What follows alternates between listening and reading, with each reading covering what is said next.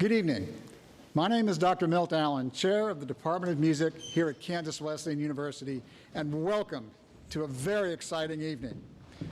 After 134 years, for the first time this evening, you're going to see representatives from every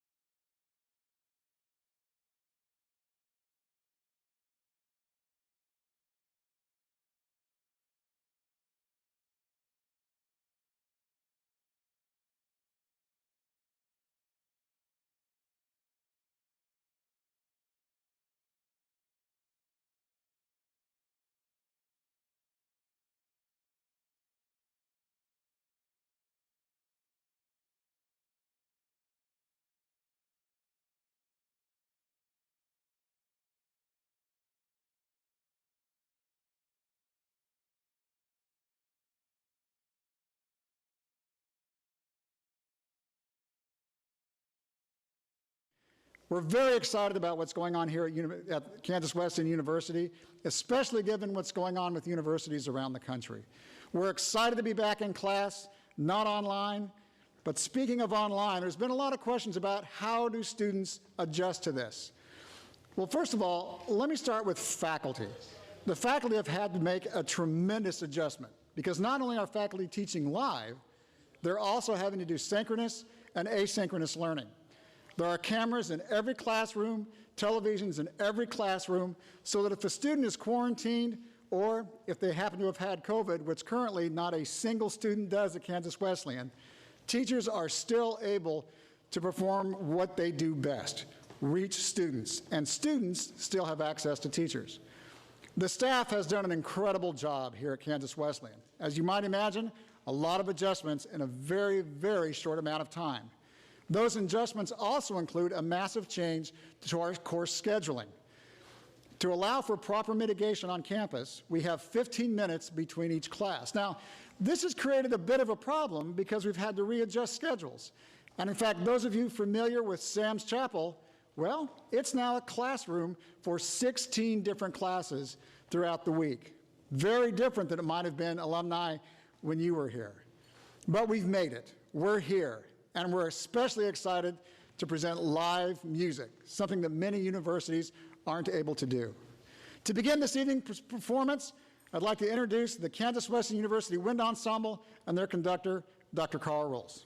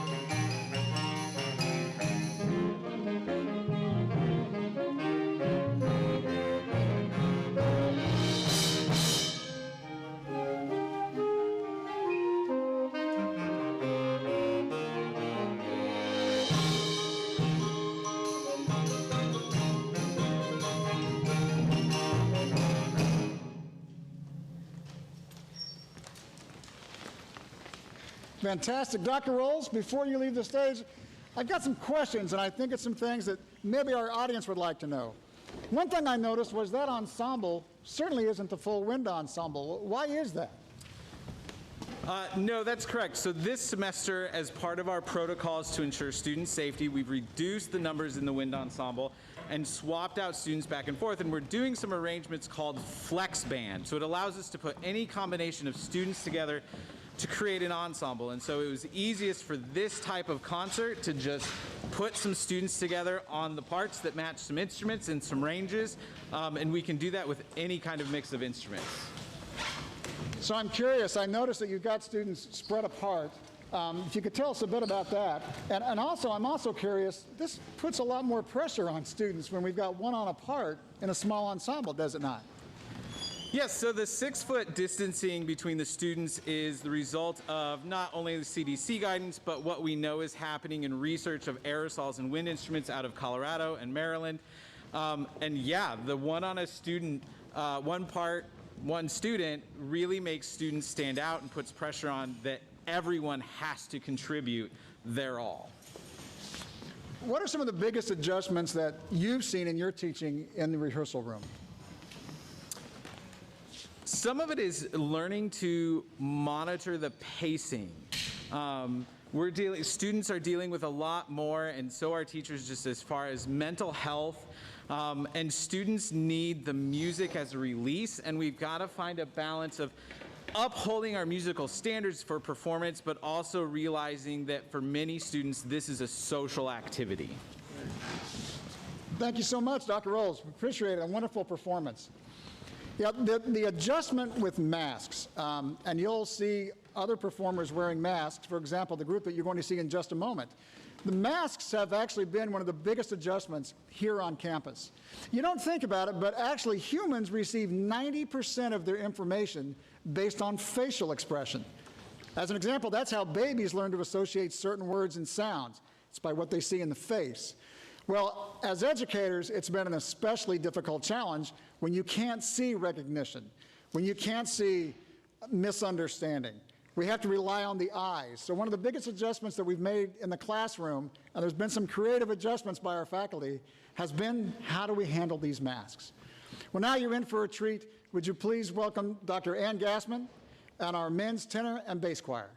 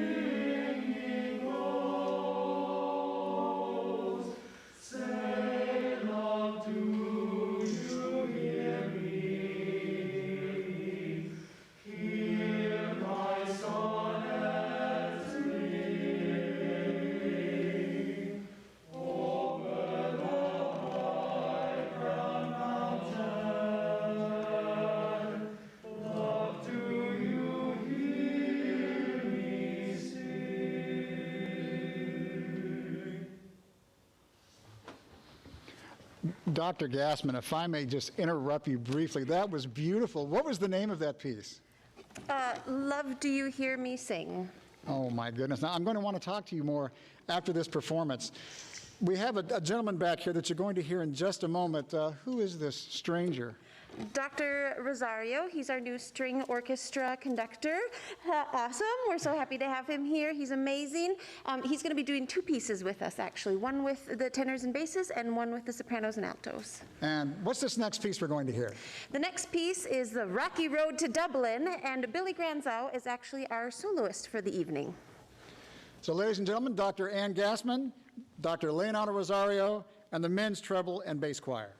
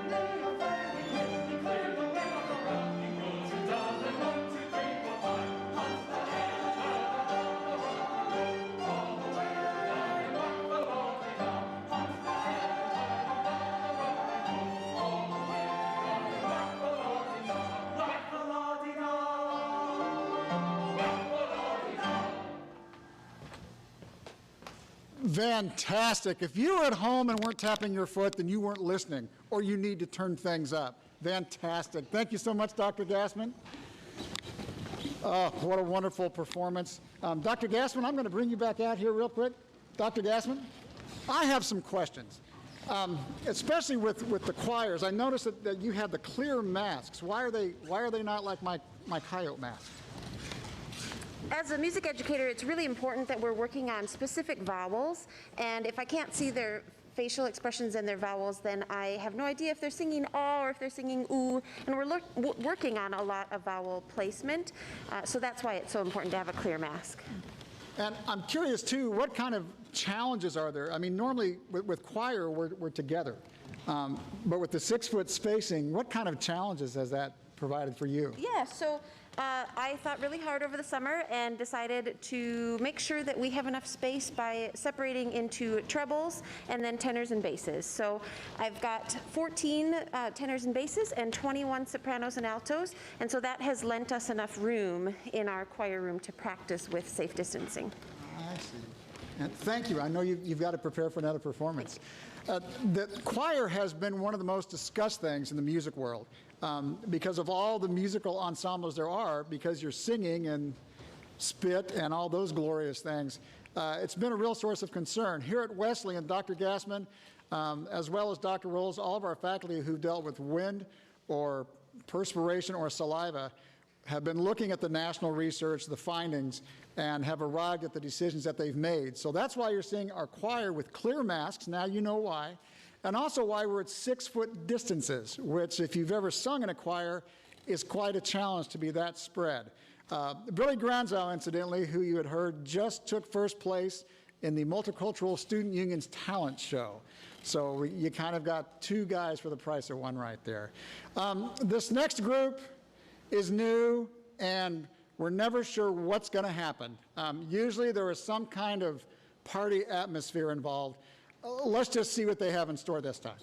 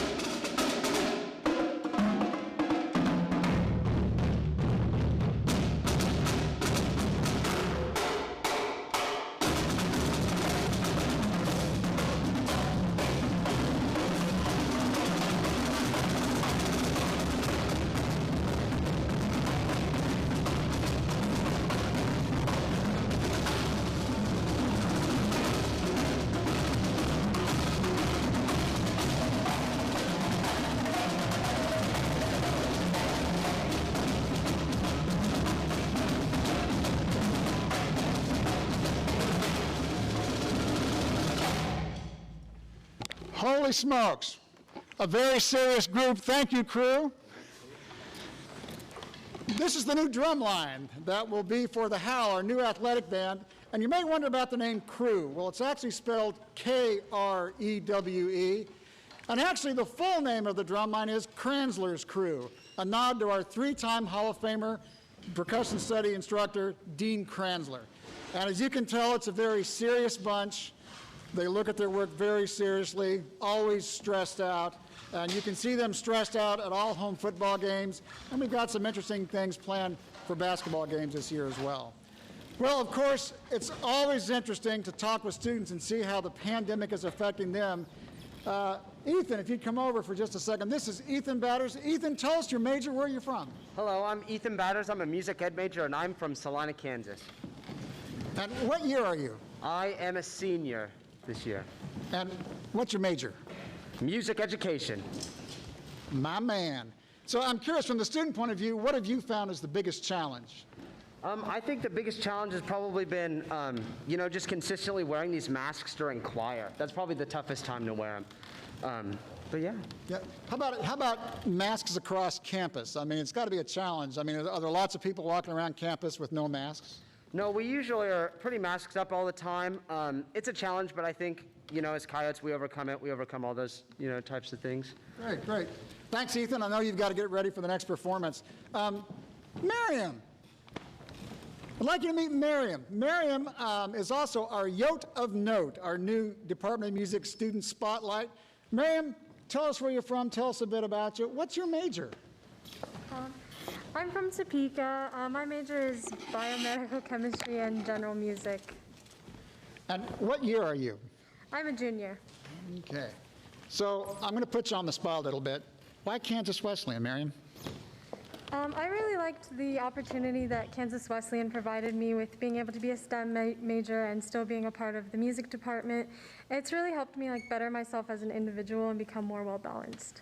Fantastic. And what are your plans after Kansas Wesleyan? Hopefully I plan on applying to medical school and becoming a doctor. Now, you're not only a vocalist, so I'm just curious, why would a biochem major be involved in music? Well, music has really always been a part of my life, so it's been nice to be able to still keep that in part of my routine, and also it looks good on applications as well. Thanks, Miriam. And there you go. Remember that, prospective students, whether you're a major or a non-major, we love majors, but we really love non-majors. Come to Kansas Wesleyan. It's a great place to be, incredible faculty, and you can build that resume by being involved in music. We're going to ask Dr. Gassman to come back out now. We have a different group up here. And Dr. Gassman, tell us a bit about what we're going to hear this time. The first piece we're going to be doing is called Barso Ray. It's a very rhythmic piece. And then the second piece we're going to be doing is called Joy by Jocelyn Hagan. Very contrasting pieces, but I hope that you enjoy them. Ladies and gentlemen, Dr. Ann Gassman and the altos and sopranos of the Kansas Wesleyan University Philharmonic Choir.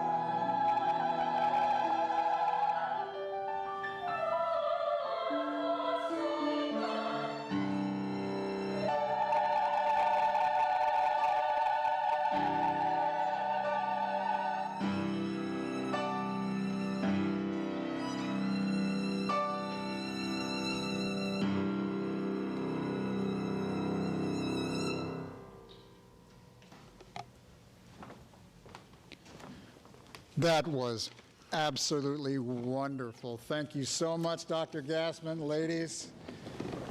An individual that I failed to introduce, or just haven't introduced yet, aside from Dr. Leonardo Rosario, our new Director of Strings Area and conductor of the KWU String Orchestra, we also have our new staff accompanist and piano studies teacher, Gustavo Do Carmo. We're so excited to have them on campus and as a vital part of our faculty. And you probably noticed maybe a little bit of a trend in the music that you've been hearing tonight. One of the things that we are very proud about is how we approach music, music performance, and music education. And that's this idea of fusion. Fusing our faculty's talents together, fusing genres, fusing styles of music, and you're hearing all of those this evening. I'd like to make a subtle promise that next year we're going to be doing this again, hopefully live. And during homecoming weekend on Friday night, I want to strongly encourage you to come to this concert. Now we have a few more numbers left, but I wanted to make sure you tuck that away and check your calendar. Now, if we can't come to you live next fall, we're going to live stream again. And speaking of live stream, how does this happen? Well, remember I had mentioned that there's 16 different classes in here during the week, which means we can't do run-throughs, we can't have a massive rehearsal. So what do? We have to rely on Paul Green and the wonderful crew of students from the media area. If it wasn't for them, you wouldn't be experiencing this concert now. They've done a tremendous job, but I also want to add, this is the first try. There was no rehearsal, there was no dress, they're doing this on the fly. It's a tribute to the kind of education that they're getting at Kansas Wesleyan University. Now, let me find Steve Luth here. Mr. Luth? Steve Luth is our director of the jazz ensemble, also teaches some theory classes for us. And Steve, I'm kind of curious, the ensemble, how has this affected what you do in ensemble size? Well, one thing that's been fortunate is because of the size of our ensemble, we really haven't had to make too much adjustments. We can spread apart and still rehearse as a full group. However, we do have instrumentation issues, I guess, if you want to call it. And so sometimes we'll take full big band arrangements and reduce them down, adjust them to the size of our group, or we'll take combo arrangements and make them adapt parts, add parts to it to fit the group. This jazz ensemble you're going to hear tonight, the students, I was telling you the other day, this is basically what you would see in a nightclub big band in this area. Maybe not a 16-piece group, but an 8-piece group. And tonight we're going to play some swing for you, and hopefully we enjoy it. It's been great working with the students, Dr. Allen. It's just a wonderful experience teaching here at Kansas Wesleyan University. Yeah, and one of the things that I want to point out that Mr. Luth is doing with the jazz ensemble, we hear a lot about the big band, and the big band is a very strong heritage of what we have here in the United States. But especially for performing and gigging musicians, the idea of an ensemble, of a combo, of smaller groups is very, very vital and what we see more and more outperforming. In our jazz ensemble here at Wesleyan, students are getting both of those experiences. Well, it's time, Mr. Luth. Let's hear Groovin' Hard.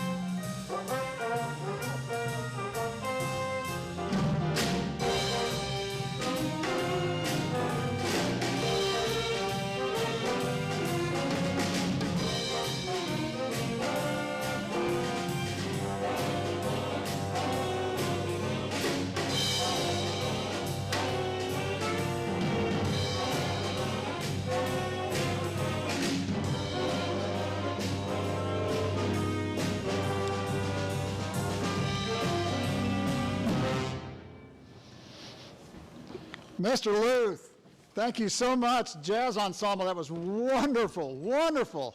Oh my goodness. And we still have just a little bit more for you that we're very excited about. Now, earlier I had mentioned our 2 new faculty members. I'd really like you to meet one of them. Gustavo De Carmo, come on out here. Now, you're currently finishing up your doctorate. Could you remind us and tell the audience, what is the area of study for your doctorate? So my doctorate, it's in piano pedagogy. I'm cataloging all the works of the Brazilian composer called Iná Sandoval. She's a woman composer, and she composed right on the edge of what is classical and what is Brazilian popular music, some a little bit jazzy, which is like when I saw her work, I thought, well, that's for me. Now, something kind of interesting that really caught our eye when we were looking at your application. Now, you're getting a doctorate in piano pedagogy, but you have a very interesting secondary area that normally that people who are getting a doctorate in piano pedagogy don't have. Tell us a bit about your secondary emphasis and why. Yeah, well, my secondary area is jazz studies. And the reason why I decided to do that is because I've been working in jazz combos and big bands since I started college, and I felt like I had never had a formal education in jazz. And then when I saw that opportunity, I thought, well, that's what I need to do now and get that taken care of. And tell us a bit about originally where you were from. And I'm going to put you on the spot. You told me a story about access to a piano when you were a child and what you had to do. Yeah, well, I am from Brazil, and I am actually from a large metropolitan area, and I used to live about depending on the traffic, 1.5 hours to 2 hours away from the School of Music, and my parents had no money for a piano. So since I was about 10 to 11 years old, I always took the bus, traveled about 1.5 hours, 2 hours every day to go practice, and then went back home. And as I recall, some of those days were you had to walk as well, right? And now he has 2 pianos in his office. He's our poster faculty member for What's Your Excuse? We hear him practicing all the time, and at times in our music theory class at 9 o'clock, I teach that, and he's right next door, and it's just amazing. We occasionally stop and listen. Thank you so much. So we're ecstatic to have Gustavo with us, and as you can see, another example of what we bring with this idea of fusion and the background that he brings to us. Just absolutely wonderful. Dr. Gassman, I'd like to bring you back out. I'm so excited. What are we going to hear? We have 2 numbers for you. The first is called You Do Not Walk Alone, a very poignant piece that has touched us as an ensemble.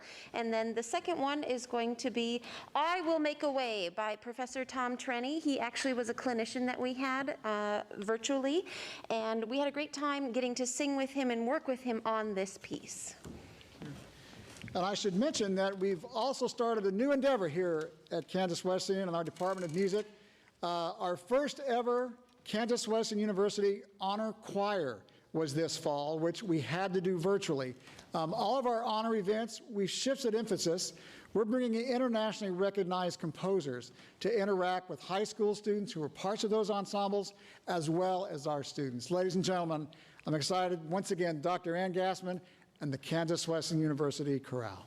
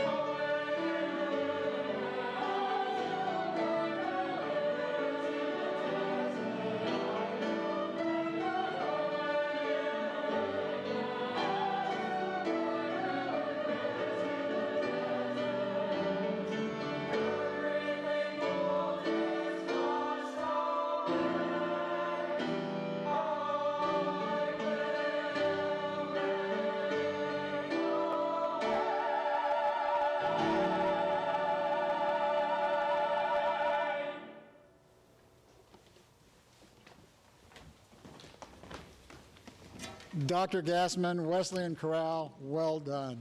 Thank you so, so very much. You know, it's one thing to see what's going on. You can hear what's going on. But what we wish so much you could do is be right here with us. I mean, if you're an alumni, the smell, right? The smell of Sam's Chapel. But also, one of the things that we can convey to you is the feeling in this hall. The feeling from every performance and the emotional swings and moods that we felt right here during the past hour. Well, time is getting close, but there is someone else that I'd like you to meet. Dr. Rosario?